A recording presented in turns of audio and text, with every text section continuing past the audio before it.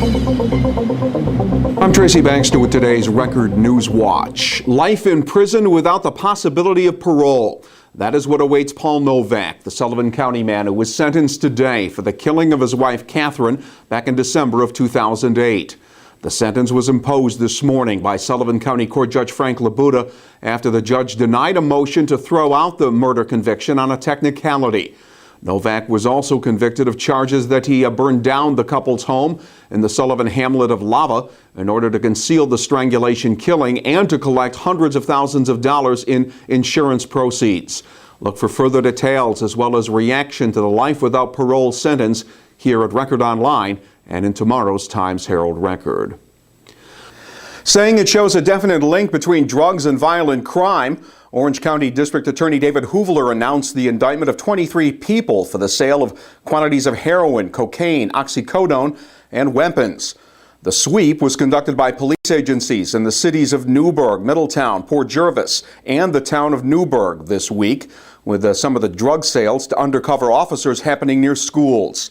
City leaders attending today's news conference say they hope the arrests send a message.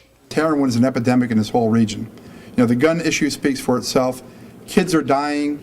That's not just Newberg, Middletown, and Port Jervis kids that are dying. Kids are dying in the whole Hudson Valley from illegal narcotics, especially the comeback of heroin. And enforcement efforts like this will save lives. And we intend to push this as far as we can, and I ask the court systems to support this, and we need to get these people off the street and start protecting our children and our families from this kind of insanity. In addition to 5 handguns, a sawed-off shotgun, and ammunition, the operation resulted in the seizure of drugs with a street value of more than $25,000. Hoovler says indictments involving 7 additional suspects are expected to be unsealed in the days ahead. A level 1 registered sex offender who was on probation in Orange County for a sex offense has been arrested again, this time for the rape of a 14-year-old girl. 22-year-old Nicholas Polito of Highland Falls was charged with rape, criminal sexual act, and endangering the welfare of a child, following an investigation that began with a tip from the state child abuse hotline. Polito was released pending a court appearance next Tuesday. State police say the young victim was acquainted with her attacker. It could bring 150 jobs to the city of Newberg over the next 3 years. Today, officials of Steelways Incorporated joined with political leaders to outline plans to build a port on the Hudson River in Newberg, which would be used to transport decking for the construction of the new Tappan Zee Bridge. Steelways putting in its bid for the decking project today, and if they win it, they'd begin work on the port off Newburgh's Water Street in April, with project completion by late summer. Newburgh Mayor Judy Kennedy called a Port of Newburgh project a potential economic game changer for her city. He beat and kicked a woman in the head so severely she was placed in a medically induced coma and had to relearn how to care for herself. Today, the Newberg man who attacked her was sentenced to 10 years in prison. 39-year-old Larry Rao was arrested on felony assault charges following the incident last March. Rao continued to blame the victim, claiming she had annoyed him and that she was, quote, a pathetic liar. A former employee of the Walmart in Napanock, who with the help of an accomplice, is accused of stealing about $8,900 from the store over a 2-month period. 25-year-old Matthew Sassenscheid of Allenville was taken into custody along with 31-year-old Jose Garcia of Allenville. Both face grand larceny charges. Police say Garcia was not a Walmart employee. No charges are expected to be filed against the truck driver who struck and killed a pedestrian in the village of Saugerties Thursday morning. Police say surveillance video showed that 57-year-old Robert Carlson of Saugerties stepped into the intersection of Main and Partition Streets and into the path of the truck outside of a crosswalk. Carlson succumbed to his injuries 5 hours later after being airlifted to Albany Medical Center.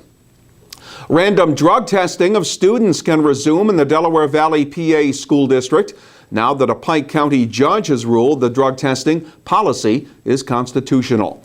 The random urine testing policy began in 1996, but was banned in 2011 when a temporary injunction was imposed at the urging of the ACLU.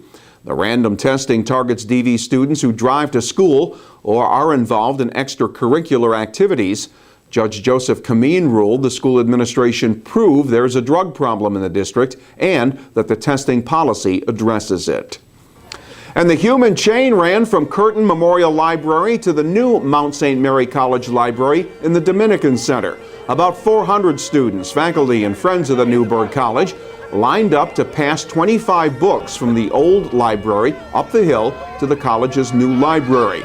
And with internet technology employee and resident bagpiper Brett Abandar providing some book passing music, those in line were taking part in a symbolic reenactment of the original library book transfer that took place 50 years ago. When Mount St. Mary College Library moved from our original building, which we call the Villa, into what was then a brand new academic building called Aquinas Hall in 1963, actually all our students and faculty participated in that move. They moved all the library books into the new building. So we wanted to do something to symbolize that. Of course, we've grown to the point where it's not feasible to move our 100,000 volumes one at a time like this, but we wanted to do something to make the connection to our tradition. One of the guest book passers was Sister Pat Sullivan, who took part in the original Mount Library book move when she was a senior back in 1963. But it was a great idea because it gives the students a little history of the place and the fact that this building wasn't always there. And this huge, nice library wasn't always the library. So it kind of brings back memories for you. It does. It brings back a lot of memories. Good ones. There were a couple of big differences between the book chains. The first one involved all of the library books, and the first one also took place in May, when it was a lot warmer. It'll almost feel like spring this weekend with temperatures above freezing, a welcome break from the January deep freeze.